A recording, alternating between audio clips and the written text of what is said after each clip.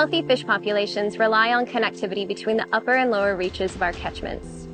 But physical barriers like weirs and dams cut off kilometers of potential habitat.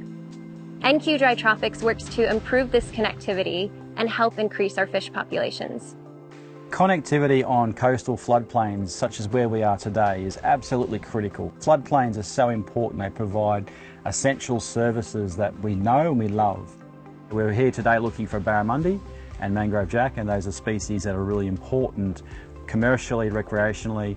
They are species that live in floodplains that need to move to estuaries, and in the case of the mangrove jack, which we know and love, it's a species that needs to get to our nearshore reefs.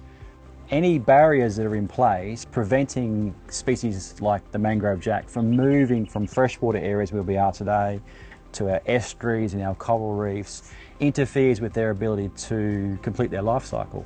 So in the region we've got approximately 50 freshwater fish species, and half of those are what we call diadromous, whereby they undertake a life cycle dependent migration between nearshore marine habitats, lower estuarine habitats and upstream freshwater habitats.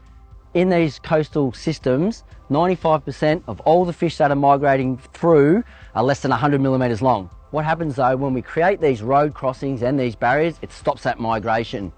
Rock ramps are the most suitable fish passage device for coastal Queensland systems. It's like a set of underwater stairs. So when fish are migrating upstream, particularly small fish, they've got limited energy reserves, they're small, they've got less muscle to propel them through the water than larger fish. And so the whole idea is to slow the flow down, enable them spaces to rest. They then utilise a swimming mode called burst speed, where they can go fast but only for a really short duration. They eventually make it upstream to this really important lowland wetland habitat full of aquatic macrophytes, plants, logs, good riparian cover, shade and pretty stable water levels. They grow big quickly.